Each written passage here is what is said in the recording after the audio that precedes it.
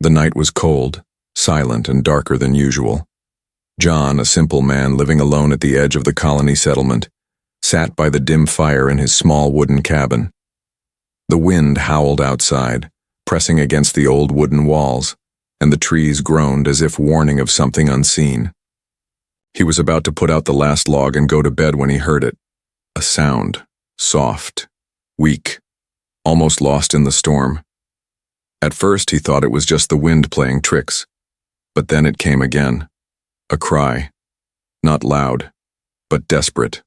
John's eyes narrowed, and he stood, his hand instinctively reaching for the old rifle that hung near the door. Life on this colony world was not safe. Strange creatures sometimes roamed near the houses at night. But as the sound rose again, it was clearer. It was not an animal. It was the cry of a child. John's heart tightened. He opened the door carefully, cold air rushing inside, nearly snuffing out his fire. For a moment he saw nothing, only the snow-covered ground and the shadows of the forest. But then right at his doorstep his eyes caught a small shape. A bundle, wrapped in torn, dirty cloth. He bent down slowly, his breath freezing in the air. When he pulled back part of the cloth, he froze. It was not a human baby. The child's skin was pale blue, its eyes large and glowing faintly like silver moons. Tiny ridges ran along the side of its head, marking it clearly as alien. And yet it was so small, so weak, trembling in the cold night. The baby cried again, its voice soft, broken, as if even crying had become too heavy. John looked around quickly. Someone must have left it here. His gaze caught movement, a figure in the shadows beyond the trees. A woman, thin, weak, almost blending into the darkness. He saw her glowing eyes just for a second before she turned and stumbled back into the forest. The child's cry grew weaker. John had no time to think. His instincts made the choice before his mind could. He picked up the fragile bundle, holding it close against his chest. The baby was ice cold and its breathing was shallow. Inside the cabin, he placed the child near the fire, wrapping it in thick blankets. He gave it warm milk from a small emergency ration pack. The alien baby clung to the bottle with surprising strength, as if fighting against death itself. John sat there watching, still in shock. Why would someone leave a baby at his door? And why an alien child? He replayed the image of the woman in his mind. The mother, no doubt. She was too weak even to knock, too desperate to stay. She had left her baby behind, hoping at least someone would show mercy. John leaned back, running a hand over his tired face. He was no father. He lived alone, far from others. He had barely enough food for himself, and now there was a baby, an alien baby, sleeping in his arms. But when he looked down, saw the tiny creature breathing softly, he knew he could not push it away. Hours passed. The storm outside grew harsher, beating against the cabin, but inside there was only warmth, the warmth of fire, and the fragile warmth of new life. Just before dawn, John stepped outside for a moment, scanning the forest. Snow had covered the tracks of the woman. She was gone, maybe forever, maybe watching from afar. But in his heart, John knew this night was only the beginning. He had taken in a child that did not belong to him, a child that others might reject, or even want dead. The colony was not kind to outsiders, and if anyone found out, danger would follow. He closed the door slowly, his eyes resting once more on the tiny bundle beside the fire. The child stirred, letting out a soft sound, almost like a sigh. John felt something stir inside him too, something he had thought long dead after years of loneliness. Responsibility, hope, and a strange new fear. For tonight, he was no longer just a lonely man at the edge of the colony. He was the guardian of a helpless child, and someone, somewhere in the forest, had chosen him for this role. The baby slept peacefully, but John knew the world outside would not stay peaceful for long. The night had left him with more questions than answers. Who was the mother? Why had she abandoned the baby here? And what danger was coming for them both? But John made a quiet promise, whispered into the silent cabin. "You're safe now. I won't let anyone take you. The fire burned low. The storm raged on, and in that tiny cabin, the beginning of a story greater than John could imagine had just been written. The first light of dawn painted the forest in shades of gray and silver. John had not slept. He sat, in his old chair, staring at the small bundle beside the fire. The alien baby slept quietly now, wrapped in blankets far warmer than the rags it had been left in. The cries from last night had faded, but John's mind could not rest. He kept remembering the figure he had seen in the trees, the mother. Thin, broken, her glowing eyes filled with fear. She had disappeared into the storm, but John knew she was still out there. A mother never strays too far from her child. John stepped outside, the cold biting into his skin. Snow covered everything, hiding the tracks. The forest was silent, yet he felt eyes watching him. He called out softly into the trees. "Whoever you are, your child is safe." No answer came, only the wind. John went back inside, closing the door. He looked again at the baby. The child stirred, tiny hands curling as it breathed peacefully. Something in John's chest tightened. He had lived alone for so long, and now, suddenly, he was responsible for a life more fragile than his own. Hours passed. John busied himself with chopping wood and preparing food, but his ears stayed sharp for any sound beyond the cabin. He half expected the mother to return, or something worse. The colony was not a safe place for aliens. If others discovered the child, they might take it away, or kill it. By nightfall, the storm returned, softer this time, but enough to rattle the wooden walls. John fed the baby again, cradling it awkwardly. He whispered words of comfort, though he knew the child did not understand. Yet strangely, the baby calmed at his voice. Then it happened. A soft knock. Barely audible, almost lost beneath the sound of the wind. John froze. His rifle was within reach, but his heart told him the truth before his mind could react. He set the baby back in the blankets and moved slowly to the door. When he opened it, his breath caught. She was there. The mother. Her body was thin to the bone, her clothes ragged, her hair tangled with snow and dirt. Her glowing eyes looked hollow, as if life itself had drained away. She swayed on her feet, and before John could speak, she collapsed across the threshold. John cursed under his breath and rushed to her side. He carried her inside, laying her near the fire. Her skin was cold as ice, and she was trembling violently.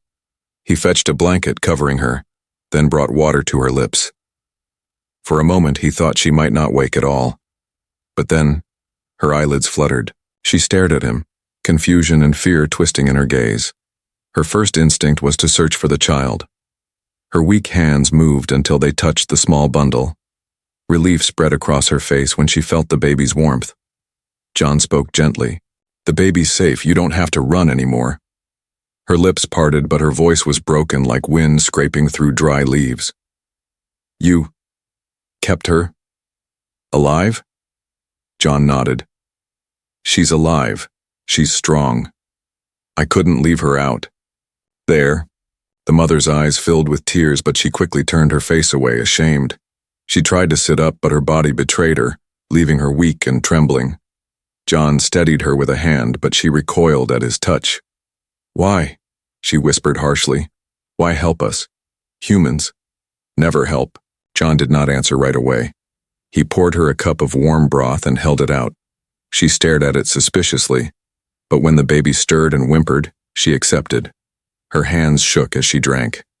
Finally, John spoke. "Because no one deserves to die in the cold. Not you, not your child." Her silver eyes met his, searching for a trick, a hidden cost. For a long time, she said nothing. Then she whispered, "I cannot pay you. I have nothing, no food, no strength.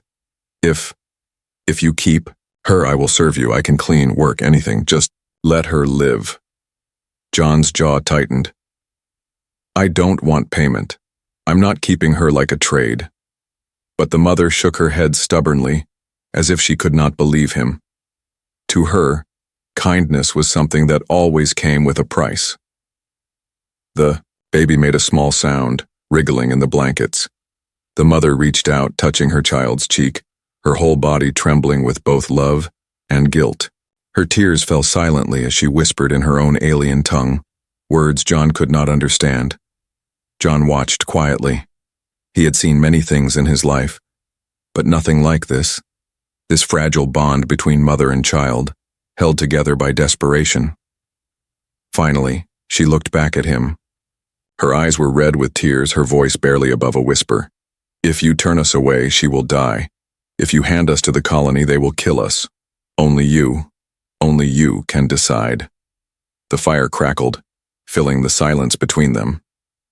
John felt the weight of her words press down on him. He was no leader, no soldier, just one man at the edge of the world. But now, somehow, the lives of two strangers rested in his hands. Outside, the storm raged on. Inside, by the glow of firelight, an alien mother and her baby found the smallest spark of safety. John made a quiet vow, the same he had whispered the night before. "You're safe here. Both of you. I won't let anyone take you." And for the first time, the alien mother did not argue. She simply held her child close and let herself breathe, if only for a single night. The fire burned low, casting long shadows across the cabin walls.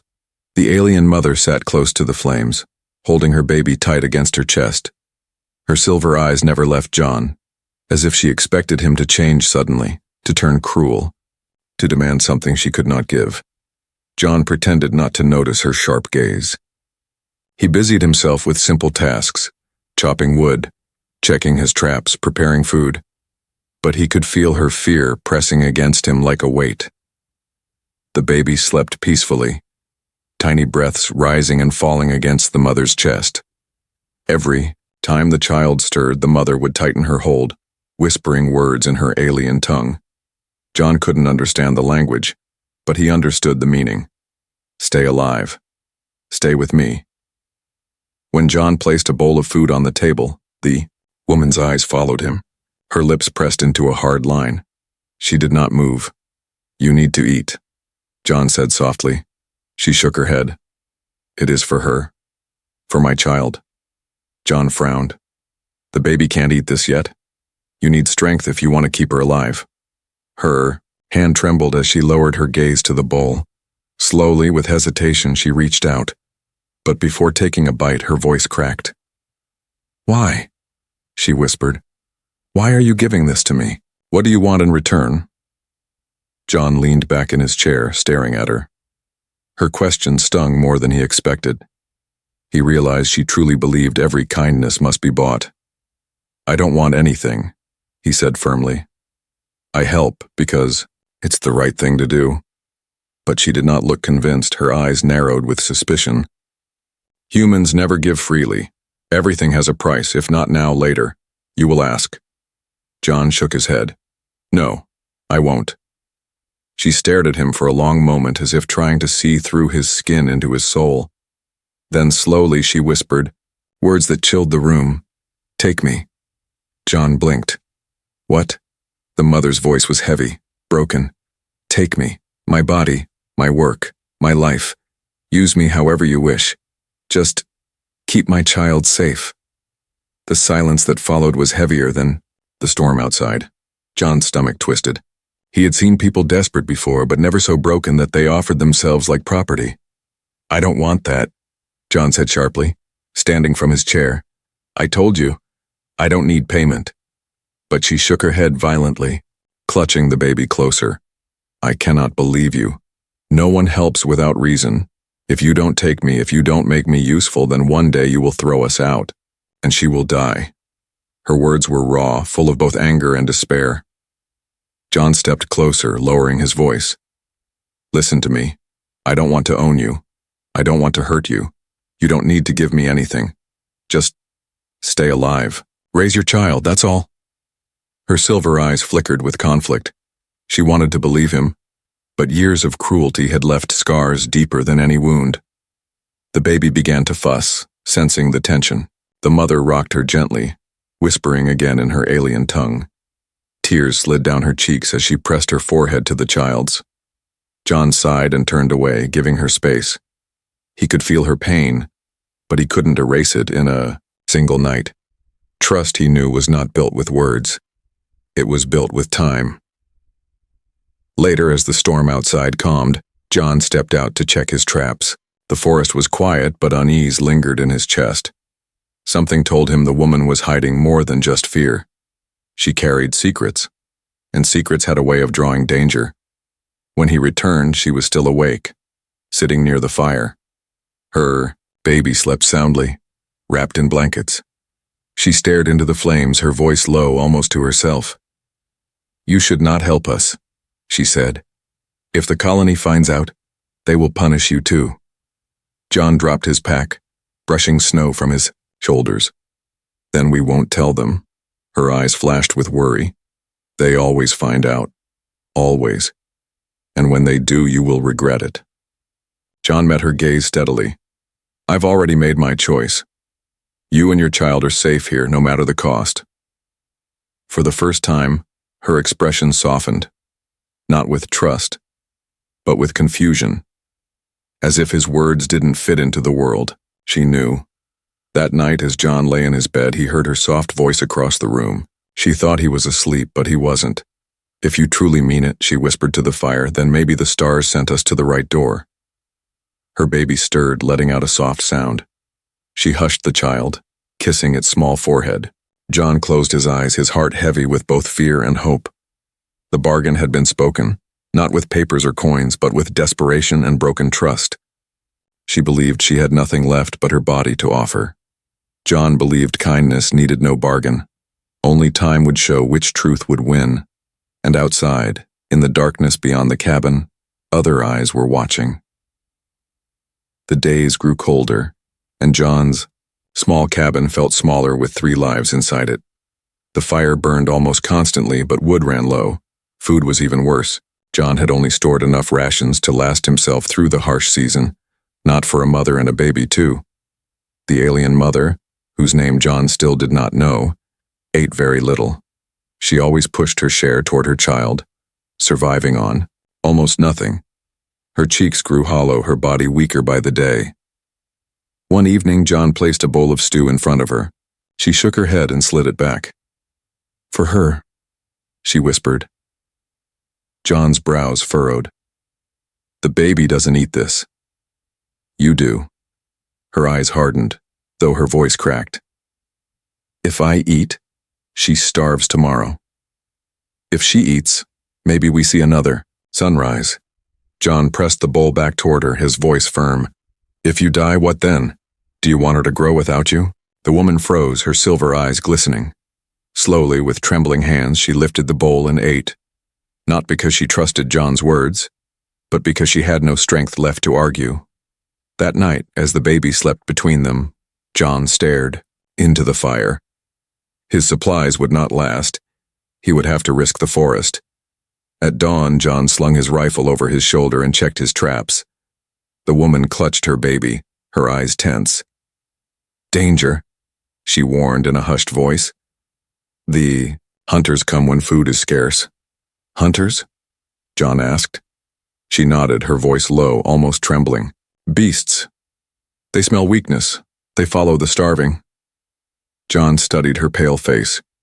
He wasn't sure if she spoke of animals or people. Maybe both. But he had no choice. Without more food, none of them would last the week. The forest was eerily silent that morning. Snow crunched under John's boots as he followed the trail. He found 2 of his snares empty, one broken, torn apart as if something powerful had ripped through it. His grip tightened on the rifle. Finally, in his last snare, he found a small catch, a lean, rabbit-like creature, its fur icy blue. It wasn't much, but it would buy them another day. John reset the trap quickly, unease crawling up his spine. Branch snapped behind him. He spun, rifle raised. Nothing. Only trees stretching endlessly in every direction. Yet the silence felt wrong. Too heavy. John made his way back, the small catch hanging from his belt. Each step felt slower, heavier, as if unseen eyes followed him. By the time the cabin came into view, sweat trickled down his back despite the cold.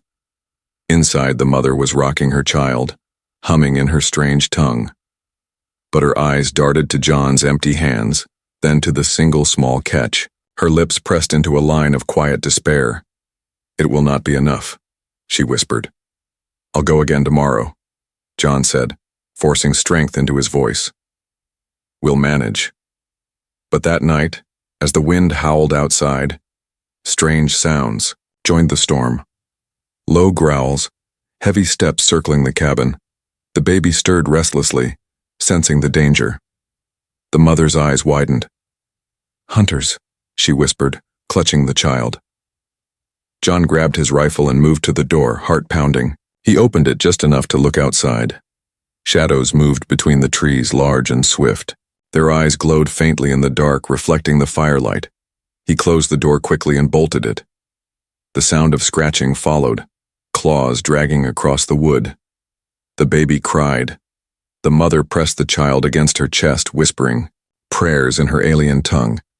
John steadied his rifle, aiming at the window. His voice was calm, but inside fear coiled tight. "Stay behind me." The first strike came hard. Something slammed against the wall, rattling the whole cabin. Then another. They were testing the strength of the wood, testing the man inside. The mother's voice shook. "They smell weakness. They hunt the helpless." John's eyes flicked to her and the baby. That's what they're after, he realized. Not him. Them. He pulled the blankets tighter around the baby, handing them back to the mother. "Don't let go, no matter what happens." The scratching stopped suddenly. Silence. Then, a deep growl right outside the door. John raised his rifle, every muscle tense. The door creaked as weight pressed against it. For a moment it seemed the hunters would burst through. Then, silence again. Minutes dragged on like hours. Finally the sounds faded, the forest returning to its unnatural stillness. John lowered the rifle slowly, his breath coming hard. The mother's arms were shaking as she clutched her child, her silver eyes wide with terror. "They will come back," she whispered. "They never stop once they smell us." John swallowed hard. He had defended himself against raiders before, fought off wild animals, but this was different. This was not just survival anymore. He was protecting more than his own life. As the fire flickered low, John looked at the fragile family beside him, the starving mother, the helpless baby, and made another vow. "If they come back," he said, his voice like steel, "they'll find I'm not easy prey." The mother stared at him, stunned. In her world, no one risked themselves for others, but this human, this strange, stubborn man, was willing to fight the hunters for her child. For the first time, she lowered her head in silence. Not a bargain, not suspicion, just silence and the smallest spark of hope. Outside in the dark forest, the hunters prowled, watching, waiting. The hunger was far from over. The next morning was strangely quiet. The storm had passed, leaving the world covered in a thick sheet of white. Snow clung to the trees like frozen ghosts, and the cabin seemed buried in silence. Only the faint crackle of the fire and the soft breaths of the baby broke the stillness. John was exhausted. He hadn't slept much, his mind haunted by the glowing eyes outside the night before. The hunters were still out there, watching, waiting. He knew it. The alien mother sat near the fire, her child pressed against her chest. Her face looked pale, her body weak, but her eyes never stopped scanning the window. Even when she whispered in her soft alien tongue to her baby, her voice carried a tension that never faded. John set a small piece of cooked meat on the table, half of the last catch from the traps. "Eat," he said firmly. She hesitated, her lips tightening. "For her." John crossed his arms. "The baby can't eat this yet. You need strength. I can't protect both of you if you fall over from hunger." For a long moment, she stared at him as if searching for some hidden motive. Finally, with shaking hands, she ate. She chewed slowly, almost ashamed. John didn't look away until the food was gone. Afterward, the baby stirred, Small silver eyes blinked open, glowing faintly. In the firelight, she reached her tiny hands up, clumsily touching her mother's chin. The alien woman smiled faintly, though sadness lingered behind it. Then John leaned closer, curious. The baby looked at him, and for the first time, a sound escaped her lips. Not a cry, a laugh. Soft, high, pure. It filled the cabin like sunlight, breaking through clouds. The mother froze, her silver eyes wide. Slowly, tears spilled down her cheeks. She held the baby closer, whispering in her tongue, her voice trembling. John felt something shift deep inside him. He had lived alone for so long, his world filled with silence and storms. Now, that tiny laugh echoed in his chest, breaking walls he thought would never fall. He smiled, awkward but genuine. The mother looked at him, confused. Why does she laugh with you? John shrugged. Maybe she knows she's safe. Her expression softened, but only for a moment. Then her eyes darkened again. Safe? No, not safe. The hunters will come again, and others will follow. Others? John asked. She nodded slowly. The colony authorities, they don't forgive. If they find her alive, they'll kill her. They said she was not worth saving. Her voice cracked, her body trembling as she kissed the baby's head. John's jaw tightened. He could picture it now. Cold officials, deciding life and death with no mercy. To them, this child was just a burden. But to him, she was a life worth protecting. The baby laughed again, clapping her tiny hands. The sound was fragile, yet it carried more weight than the growls of the hunters outside. It was hope. But that hope was short-lived. Later that afternoon, John stepped outside to gather wood. The air was sharp, cutting into his lungs. He scanned the forest, every sense alert. The snow stretched endlessly, but faint tracks caught his eye. Clawed prints circling the cabin, pressed deep into the snow. The hunters had been close. Very close. He returned quickly, shutting the door behind him. The mother's eyes searched his face immediately. They were here, she said flatly, reading his silence. Yes, John admitted. But they didn't try to break in. She shook her head. They are waiting. They test your strength. When you are tired, when you are weak, they will strike. John loaded his rifle, setting it by the door. Then I'll make sure I'm not weak. The mother's voice trembled. Why do you fight for us? You could throw us outside and the hunters would leave you. John looked at her sharply. Because that's not who I am. Her lips pressed tight, her eyes lowering to her child. She whispered softly as if to herself. In my world, no one protects without price. But maybe humans are different. The baby reached toward John again, her little hands waving. When he bent down, she laughed a third time. Bright, innocent, unaware of the danger circling outside. For a brief moment, even the mother's tense face softened. She watched as her child's tiny fingers clutched John's rough hand, glowing eyes full of trust. Then a sound shattered the fragile peace. A howl, long, low, echoing through the trees, followed by another, and another. The hunters were calling. The baby whimpered. The mother clutched her child tightly, fear flooding her eyes. John's hand closed around his rifle. His heart pounded, but his voice was calm. They want to fight, he said. Then I'll give them one. The fire crackled.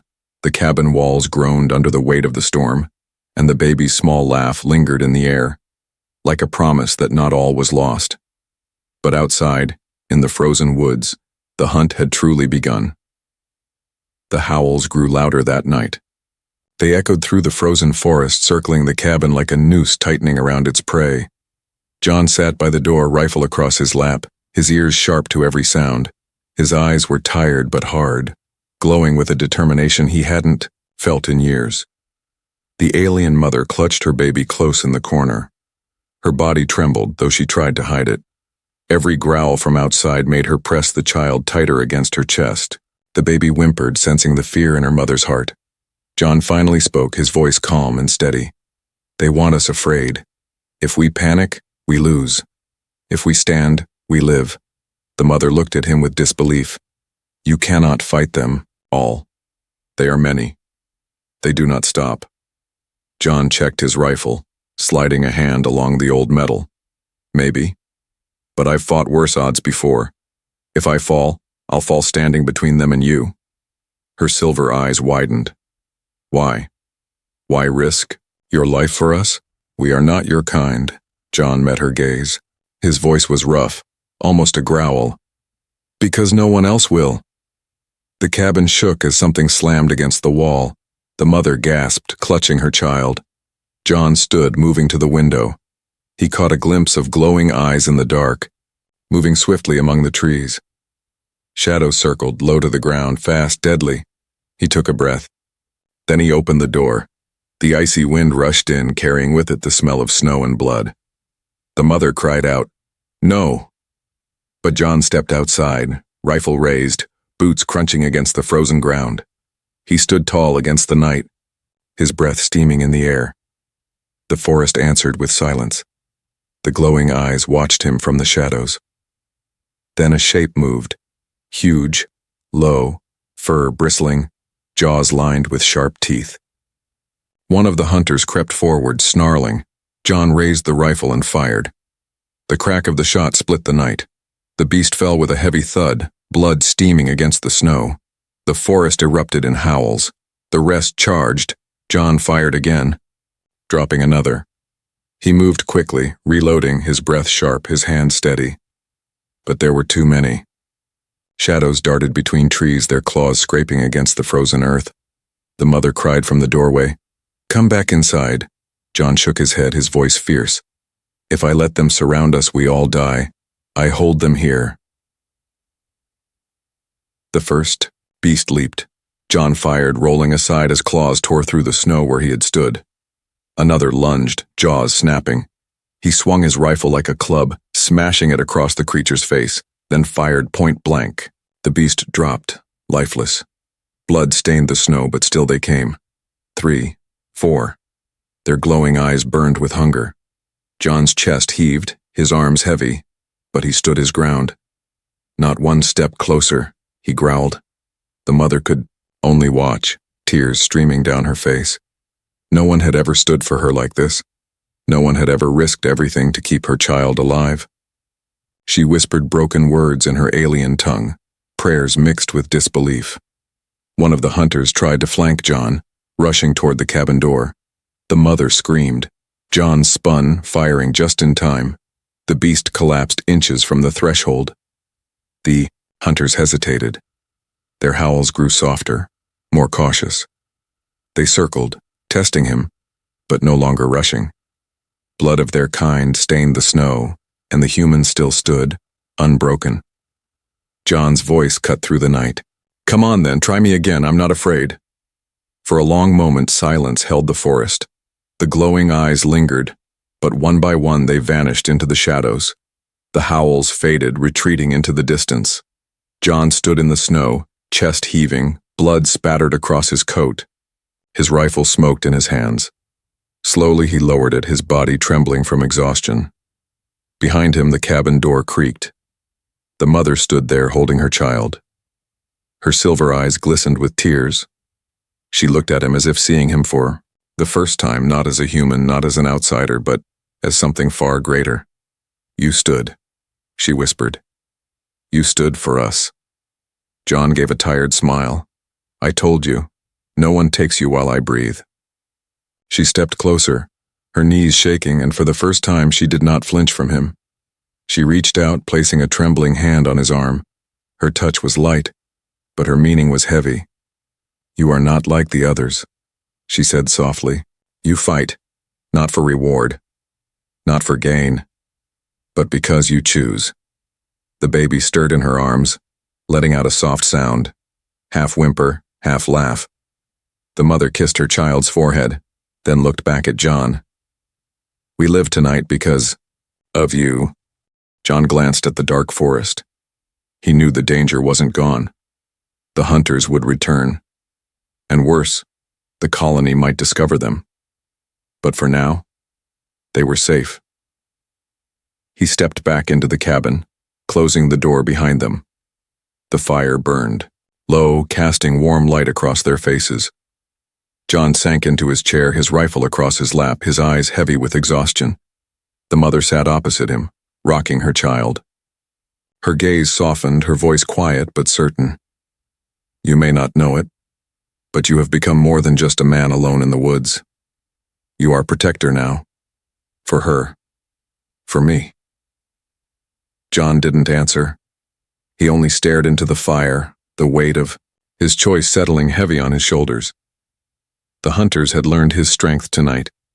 Tomorrow, the world beyond the forest would learn too. But inside the small cabin for the first time, they felt like a family.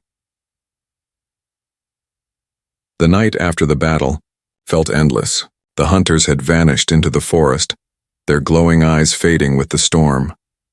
But John knew they would return one day. He also knew that his greatest fight might not be against beasts, but against the colony itself. Inside the cabin, silence wrapped around them like a blanket. The fire glowed low, sending warm light across the wooden walls. The alien mother sat close to the flames, her child resting against her chest. The baby breathed softly, safe, unaware of how close death had come. John sat across from them, rifle resting at his side, his hands still trembling from the fight. His coat was torn, streaked with blood. Yet his eyes never left the mother and child. When dawn finally broke, the snow outside sparkled like crushed diamonds.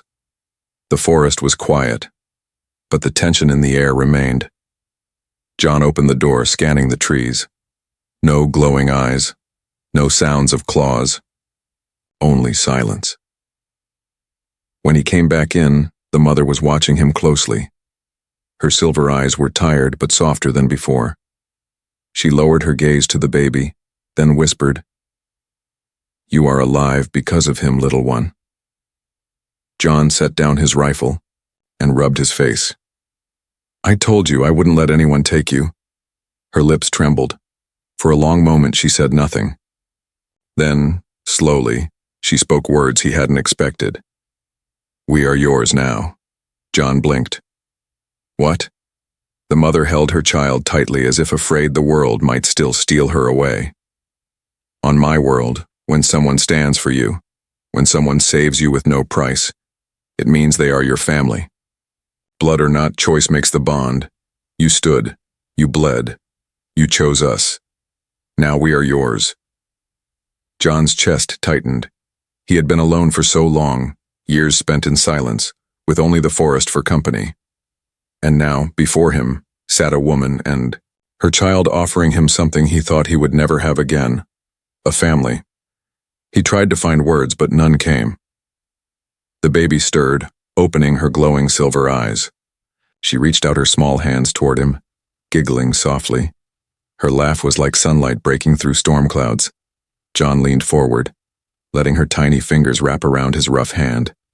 The warmth of that touch melted something deep inside him. The mother's eyes glistened.